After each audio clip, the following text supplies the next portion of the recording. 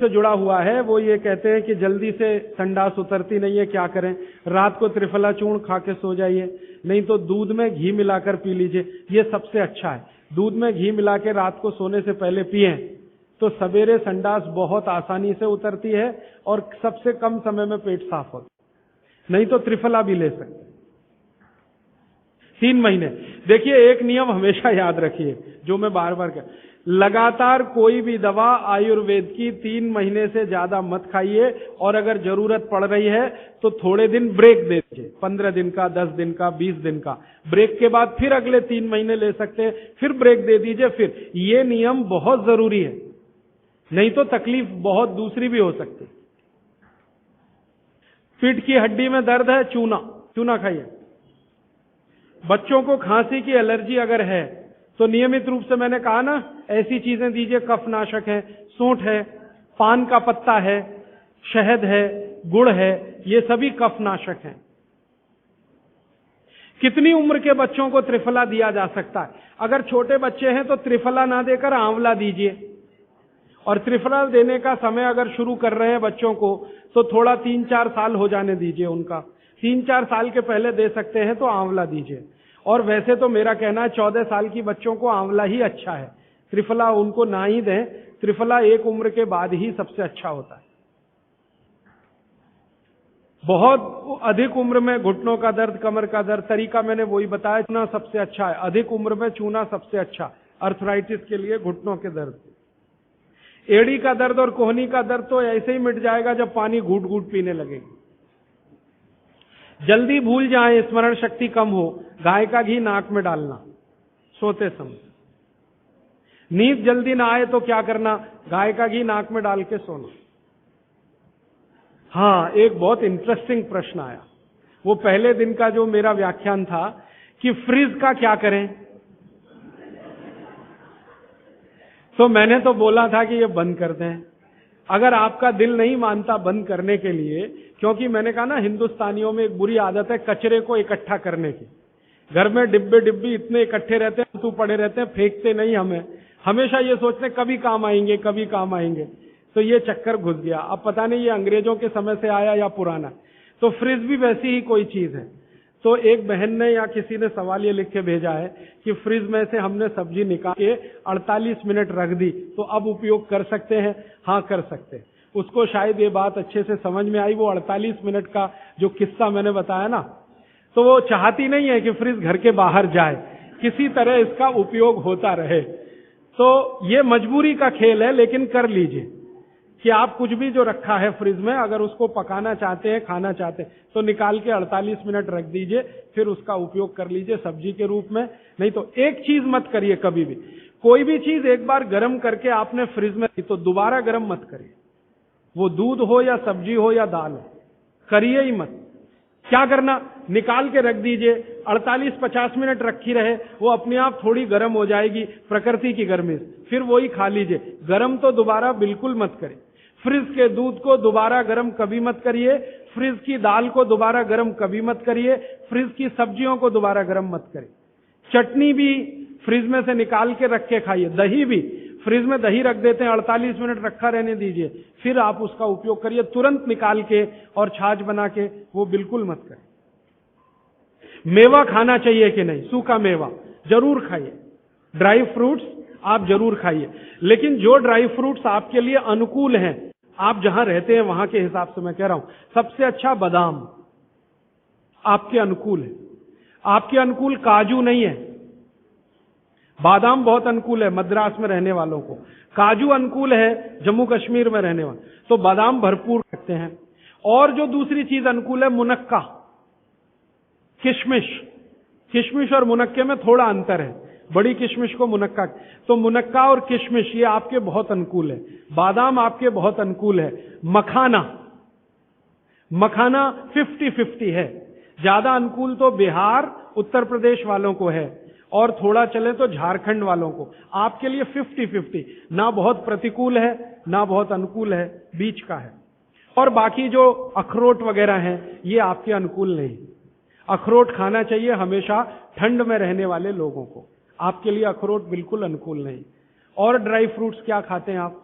चिरौंजी क्या कहते हैं उसको? जो चिरौंजी है वो आपके लिए अनुकूल है, चेन्नई के आसपास के लोगों के लिए अनुकूल है, वो आप खा सकते हैं। और ड्राई फ्रूट शायद इसके आगे हैं, हाँ केसर। केसर अगर आप खाएं, वैसे तो औषधि है, ड्राई फ्रूट नहीं, लेकिन ये 3 महीने के आगे नहीं खा सकते, नवंबर, दिसंबर, जनवरी, और दूध में मिला के ही। मिश्री, पिस्ता 50-50 है। अंजीर बहुत अनुकूल है सिर्फ एक ही किस्म के लोगों के लिए। इसको मैं आपको कहता हूं, जरा ध्यान से सुनो। जिनको शरीर में शक्ति की कमी लगती है, शक्ति की कमी लगती है, ताकत कम है, शक्ति कम है, उनके लिए अंजीर बहुत फायदे की है। लेकिन जिनको पहले से ही ताकत है वो ना खाएं। चेंदारू क्या होता है? एप्रिकॉट। हाँ, एप्रिकॉट आपके लिए ठीक है, आप खा सकते हैं एप्रिकॉट। हाँ, एक सुझाव है, प्रश्न नहीं है, और वो सुझाव मुझे स्वीकार है। वो ये कहते हैं कि आप चले गए उसके बाद क्या?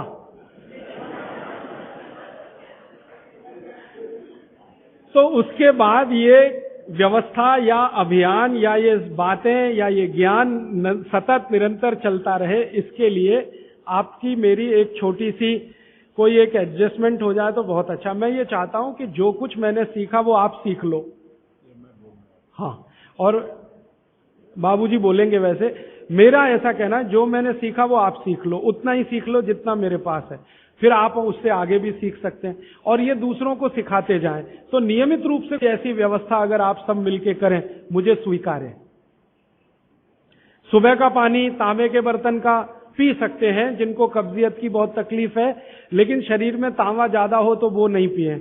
लेकिन सबसे अच्छा जो सम पानी माना जाता है, इसमें आपको कुछ सोचना ही नहीं पड़ेगा, सादा बर्तन का, माने वो पीतल के उसमें रखा हुआ या कांसे के उसमें रखा हुआ, नहीं तो स्टील में रखा हुआ, गर्मी के दिनों में घड़े का, मिट्टी घड़े, तांबे का पानी पी सकते हैं। हाँ, क्योंकि कुचालक है ना लकड़ी, और तांबा बहुत ज्यादा सुचालक है। एक होता है कंडक्टर और एक बैड कंडक्टर। तांबा सबसे बड़ा कंडक्टर है और लकड़ी सबसे बड़ा बैड कंडक्टर है। तो ये अगर आपने तांबा पिया माने, तो अर्थ के साथ जो कांटेक्ट है ना नंगे पांव, तो वो खत्म करेगा आपको। इसलिए पांव में चप्पल रहे, लकड़ी के पट्टे पे खड़े रहे, प्लास्टिक की चप्पल पहन के हो, रबर की चप्पल पहन के हो, तभी तांबे के बर्तन का पानी पीना। केन वाटर, बहुत लोग आजकल केन वाटर पी रहे हैं, ऐसा प्रश्न आया, तो ये क्या अच्छा है? बिल्कुल अच्छा नहीं। तो आप बोले फिर क्या करें? आपके घर जो पानी आ रहा है टैप वाटर, इसको खूब अच्छे से उबाल लें, उबाल कर इसको रख लें, फिर उसी को पिए। ये केन वाटर से 1000 गुना अच्छा है। केन वाटर पता है क्या है? ये पानी को शुद्ध करने के लिए ब्लीचिंग करते हैं उसकी। उस ब्लीचिंग में क्लोरीन इस्तेमाल होता है, फ्लोरीन इस्तेमाल होता है, और वो फिर शरीर में जाए तो बहुत खराब है। और केन वाटर का टेस्ट सादा पानी से बिल्कुल अलग होता है। तो केन वाटर से 1000 गुना अच्छा है टैप वाटर, लेकिन उबाल कर रखा गया। हाँ, एक सवाल आ गया है जो अब तक किसी ने नहीं पूछा, शायद आपको पूछने के लिए मन में तो होगा, लेकिन आपने क्यों नहीं पूछा। महिलाओं से संबंधित ये सवाल है, मेंसेस पीरियड का। 2 सवाल आए हैं। एक तो ये है कि व्हाइट डिस्चार्ज बहुत हो तो क्या करें। तो इसके लिए आप ऐसा करिए, एक आयुर्वेद की दवा इस्तेमाल करिए, उसका नाम है शतावरी। शतावरी कहीं भी मिलती है आयुर्वेद की दुकान। शतावरी चूर्ण के रूप में ले लीजिए। इस शतावरी चूर्ण को दूध में मिला लीजिए और रात को जरूर पीजिए। दूध हल्का गर्म रहे, और शतावरी डाल के दूध उबाल भी सकते हैं, फटता नहीं। शतावरी, जिनको भी व्हाइट डिस्चार्ज की समस्या है, शतावरी। और दूसरी कि जब भी मेंसेस पीरियड आता है बहुत दर्द होता है, तकलीफ होती है, इचिंग बहुत होती है, तरह तरह की खुजलियां होती है शरीर में, गुस्सा बहुत आता है, चिड़चिड़ापन वगैरह वगैरह। तो आपका जब भी मेंसेस पीरियड होता है तो आपके शरीर में वायु बहुत बढ़ी हुई है, पित्त भी थोड़ा बढ़ा हुआ रहता है। इसका बहुत आसान उपाय मैं बता देता हूं, भागवत जी का है, मेरा नहीं। वो ये कहते हैं कि मेंसेस पीरियड में सब कुछ ठीक रहे, समय से आए समय से जाए, ज्यादा रक्त ना निकले और कम भी ना हो, इस सब चीज ठीक रखे के लिए गरम गरम पानी में, जो इतना गरम हो जैसे चाय होती है, घी मिला के पिए। गरम गरम पानी में, खूब गरम पानी में, गाय का घी आपके घर है तो बहुत अच्छा, नहीं तो कोई भैंस का भी चलेगा, 1 चम्मच मिलाएं, आधा गिलास खूब गर्म पानी खौलता हुआ घी मिला दें, थोड़ा पीने लायक हो जाए उतनी देर रखें, फिर उसको चुस्कियां ले लेकर पिएं। अगर आपका मासिक 5 दिन चलता है, 4 दिन चलता है, 3 दिन, दिन से मतलब नहीं, जितने दिन चलता उतने दिन। कितनी बार पी सकते हैं? दिन में 2 या 3 बार पी सकते हैं। तो अगर आपने ये शुरू किया तो सब कुछ आपका नॉर्मल हो जाएगा, सब कुछ। मेनोरेजिया है तो ठीक होगा, मेट्रोरेजिया तो ठीक होगा, सब ठीक हो जाएगा। मैं ज्यादा नहीं कहना चाहता, आप सब समझदार हैं। हर चीज आपकी दुरुस्त और तंदुरुस्त रहेगी। डिस्चार्ज वाइट है तो शतावरी लेना है, और पानी में घी मिला के किसी भी दूसरी प्रॉब्लम के लिए, मेंस पीरियड, ये घी पानी मेंसेस पीरियड में ही पिए, इसको ध्यान से सुने।